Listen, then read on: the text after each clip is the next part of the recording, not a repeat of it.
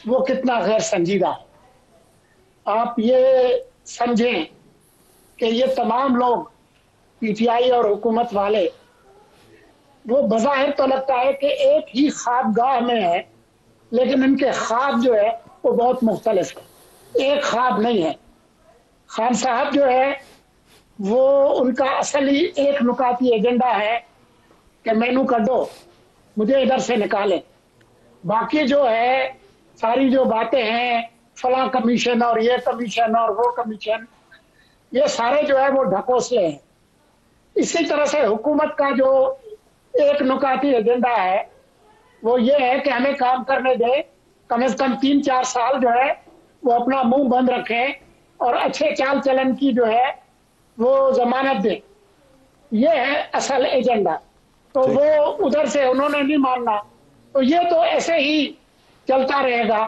تو اس وجہ سے پھر جو وہ وزیر جو کہ مذاکرات کے عمل میں نہیں ہے، ان کی شعلہ بیانی آپ کو نظر آتی ہے. خان صاحب کون سے سنجیدہ ہے؟ انہوں نے کہا کہ آپ 2 جنوری کو جائیں، لیکن جو سول نافرمانی ہے اس کو ہم نہیں روکتے، وہ بھی ساتھ ساتھ چلے گی اور آپ جا کر مذاکرات میں بھی بیٹھیں گے. تو پھر یہ کیا مذاکرات ہیں؟ تو کم از کم پی ٹی آئی کی طرف سے ایک جو فرنٹل اٹیک ہے وہ ہے، اور وہ ہے چیف کے اوپر. یعنی اگر آپ ان کے اگر تسلسل ڈھونڈیں تو آرمی کی ہائی کمانڈ کے اوپر جو اٹیک ہے وہ بھلے مانے یا نہ مانے وہ بڑا واضح ہے. تو میں یہ جاننا چاہوں گا کہ اس پیرائے میں پھر ریاست کے اداروں کو ہی شاید یہ ڈیفائن کرنا پڑے کہ پاکستان تحریک انصاف کے چیف منسٹر ہوں یا ان کا انٹرنیشنل بریگیڈ ہو، اس کو آپ نے حتمی طور پر ٹریٹ کیسے کرنا ہے؟ یہ تو حکومت کی جانب سے بھی ہوتی ہے. جب عزت مآب وزیر اعظم فرماتے ہیں کہ وہ اور آرمی چیف یک جان دو کالب ہے، اور ایکسیپشنل طرح کا جو برو بینس ہے وہ بھی ہمیں دیکھنے کو نظر آتا ہے، تو یہ تو ہر طرف سے آواز آتی ہے. دیکھیے گزارش یہ ہے کہ اس وقت جو صورتحال ہے، جو پیوٹ کیا ہے پاکستان کی اسٹیبلشمنٹ نے پورا تحریک انصاف یا عمران خان صاحب سے متعلق معاملہ، وہ ہے 9 مئی کے اوپر، اسی کے گرد سب کچھ گھوم رہا ہے. اگر اس کے کلوجر کے بغیر، اس کے ختم ہوئے بغیر، کہا جاتا ہے کہ صدقے دل سے معافی مانگیں، انتشار سے باز رہیں، یہ سب کچھ کریں، نہ عدالتوں میں ابھی تک فیصلہ ہو پایا ہے، اس کا کلوجر نہیں ہو پایا اور کوئی معافی بھی نہیں ہوئی. آج بھی عمران خان صاحب کہتے ہیں کہ یہ فالس فلیگ ہے، اور اس کی جو ماسٹر مائنڈ ہے وہ تو پاکستان کی جو اسٹیبلشمنٹ ہے اس کے سربراہ کو قرار دیتے ہیں. تو مجھے یہ بتائیے کہ پھر اس سارے معاملے کے اندر آپ نے کلوجر کرنا کیا ہے؟ اگر جوڈیشل کلوجر بھی نہیں ہونا، ادھر تحریک انصاف سے معافی بھی نہیں مانگنی، انہوں نے نہیں مانگنی یا انہوں نے ایکسیپٹ نہیں کرنا، اور ایک دن اب سے 5-6 مہینے پہلے ایک دن دوپہر کو ہمارے بھائی عطا تارڑ صاحب آ کے فرماتے ہیں کہ ہم تحریک انصاف پہ پابندی لگانے جا رہے ہیں. 1 مہینے بعد ان سے پوچھا جاتا ہے تو خاکسار ہی پوچھتا ہے کہ جناب اس کا کیا بنا؟ تو وہ کہتے ہیں اس کا اصولی فیصلہ کر لیا گیا ہے، حتمی فیصلہ ہونا باقی ہے. اس حتمی فیصلے کے لیے بھی مزید 4 مہینے گزر گئے ہیں.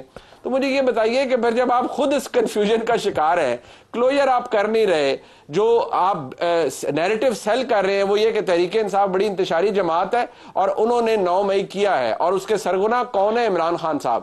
پھر جب آپ کے اوپر انٹرنیشنلی بھی ایک پریشر ون وے اور دا ادر آ رہا ہو تو آپ کو کوئی نہ کوئی تو اس کا سر منہ نکالنا ہے نا جی. خالی بیان جڑ دینے سے، پریس کانفرنسز کر دینے سے تو معاملہ حل نہیں ہوگا. ادھر یو پٹ اٹ رائٹ اور یو کنسیڈ کہ ہم اس کو ٹھیک نہیں کر پائے یا ہم سے مس ہینڈلنگ ہوئی. اوکے، آپ نے لیو اٹ دیا. آپ تینوں کا بہت شکریہ. اصولی اور حتمی، لیکن ہمیں یہ پتا کہ ختمی کبھی نہیں ہوگا، یہ ایسے ہی چلتا رہے گا. سال ختم ہونے کو ہے لیکن یہ معاملہ چلتا رہے گا. سنجیدہ بہرحال معاملات ہیں جب صوبے کا چیف منسٹر آپ کو کھلے عام دھمکی لگا رہا ہو اور صوبے کے وہ حالات ہو جو ہم نے بیان کیے. نون لیگ کے مسائل پیپلز پارٹی کے ساتھ ہیں. پیپلز پارٹی کا موقف جاننے کے لیے ہم نے پروگرام کے اگلے حصے میں حسن مرتضیٰ صاحب کو دعوت دی ہے. جاننا چاہتے ہیں کہ ان کے مسائل نون لیگ کے ساتھ کیا ہیں.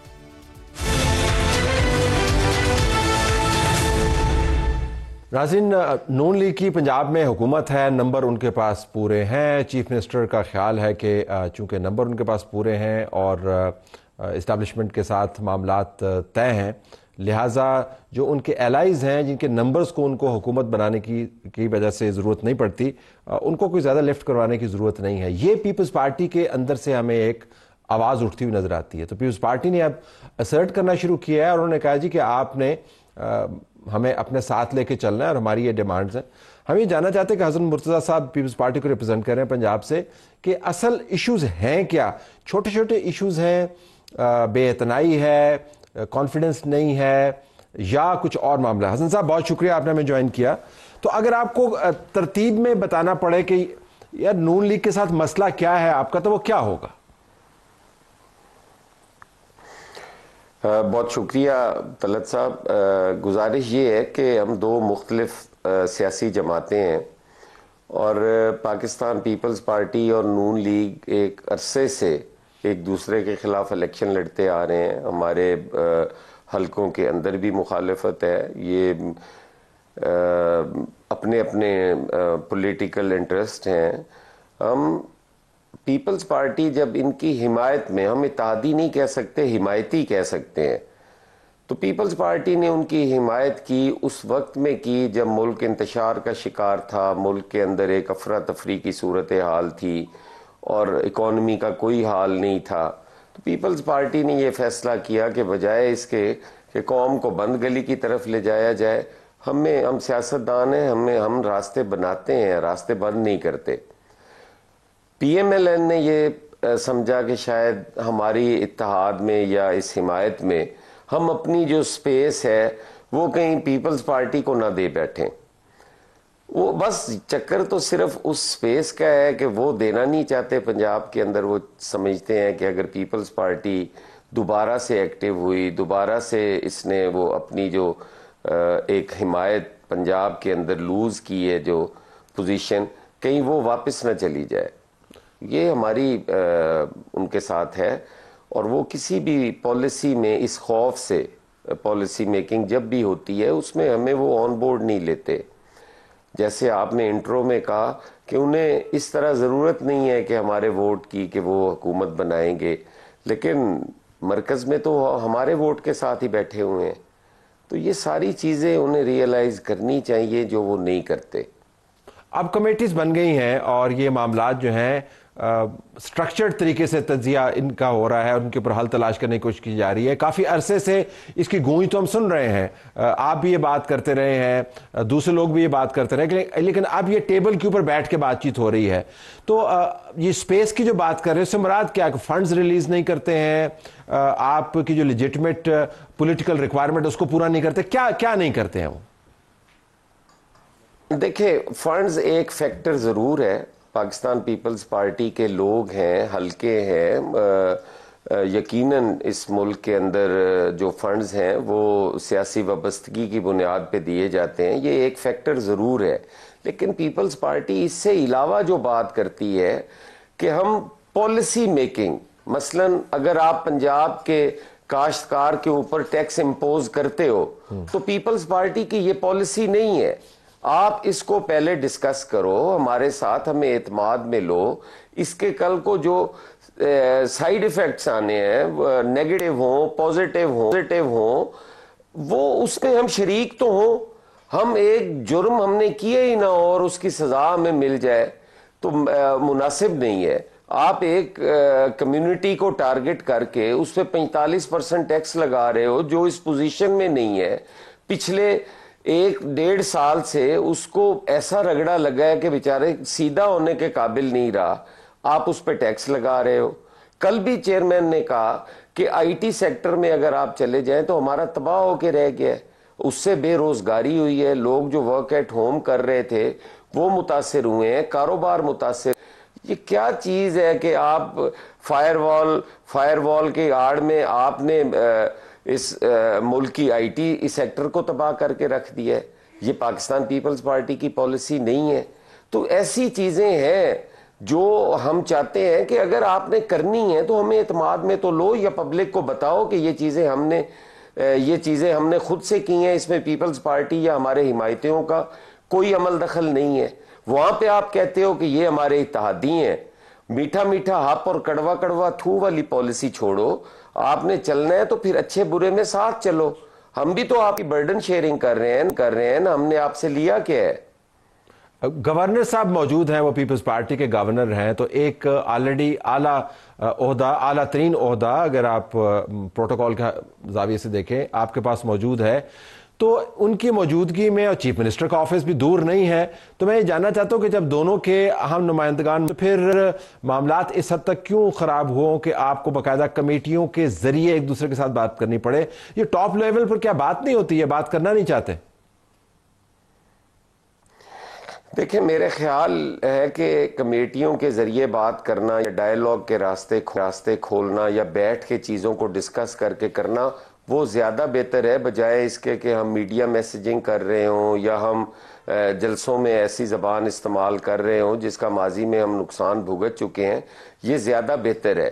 جہاں لیول پہ بات ہوتی ہے تو میرے خیال میں وہاں پہ وہ ایشوز ڈسکس نہیں ہو پاتے جو گلی محلے میں ہو رہے ہیں، جو پولیٹیکل وکٹمائزیشن، کسی تھانے میں پرچہ ہو رہا ہے، کسی ضلع کے اندر کسی کو نشانہ بنایا جا رہا ہے، یا کوئی اپنے سیاسی مخالف کو، اب جو میرے مقابلے میں جیتا ہے وہ میرے لوگوں کو ریلیف تو نہیں پہنچنے دے گا، اگر اس کے بس میں تو ہو وہ آکسیجن بھی بند کر لے۔ تو اس ماحول میں جہاں پہ پاکستان میں ہم رہ کے سیاست کر رہے ہیں، یہاں بہت مشکل ہوتا ہے۔ ہم کہتے ہیں کہ ہمیں آپ کی طرف سے وائبز نہیں آتی کہ آپ اور ہم اتحادی ہیں، ہمیں آپ کا جیسچر اس قسم کا ہونا چاہیے کہ ہمیں پتہ چلے کہ ہم بھی آپ کے اتحادی ہیں۔ کوئی پاکستان پیپلز پارٹی نہیں چاہتی کہ ہمارا ڈی سی لگا دو، ہمارا ڈی پی او لگا دو، نہ ہی یہ ہمارا طرز سیاست ہے۔ ہم نے سیاست عوامی کی ہے، ہم عوام کے ساتھ آتے ہیں، عوام کے ساتھ جاتے ہیں۔ سرکاری ملازموں کے سر پہ یا ان کے کندھے پہ رکھ کے ہم نے کبھی نہیں چلائی۔ تو پیپلز پارٹی کی تو یہ ڈیمانڈ ہی نہیں ہے۔ پیپلز پارٹی تو کہتی ہے کہ ایشوز کی پولیٹکس کرو، جو آج ہمارے ملک کے اندر ایشوز ہیں ان ایشوز کو ایڈریس کرو، ان کی ضرورت ہے۔ لوگوں کے پاس کھانا نہیں ہے، لوگوں کے پاس تعلیم نہیں ہے، لوگوں کے پاس صحت نہیں ہے۔ آپ سندھ پہ تنقید کرتے ہو، آؤ سندھ کو دیکھو، اسی کو رول ماڈل بنا کے اسی پہ کام کر کے تو بہتری آ سکتی ہے۔ پنجاب کے اندر آج مجھے بتا دیں ہیلتھ سیکٹر میں کیا ہو رہا ہے؟ بغیر سفارش کے پی کے ایل آئی میں آپ کا داخلہ نہیں ہوتا۔ سندھ میں جا کے دیکھیں، آپ کو چھوٹے چھوٹے تحصیل لیول پہ ایسے میگا ہاسپٹلز ملیں گے کہ آپ وہاں پہ کڈنی ٹرانسپلانٹ ہو رہا ہے، لیور ٹرانسپلانٹ ہو رہا ہے، بائی پاس ہو رہے ہیں، اینجیو پلاسٹی ہو رہی ہے، سارا کچھ چل رہا ہے۔ آپ نے لیو اٹ دیئر، بہت شکریہ آپ نے ہمیں جوائن کیا۔ ناظرین، اس سے آپ کو اندازہ ہوا ہوگا کہ جب آپ دوسرا پرسپیکٹو سنتے ہیں تو کہانی آپ کو اشتہارات اور بیانات سے کتنی مختلف نظر آتی ہے۔ پیپلز پارٹی نے پنجاب کے حوالے سے آپ کو اپنا نقطہ نظر بتایا۔ ہماری طرف سے یہی کچھ، اجازت چاہتے ہیں، اللہ حافظ۔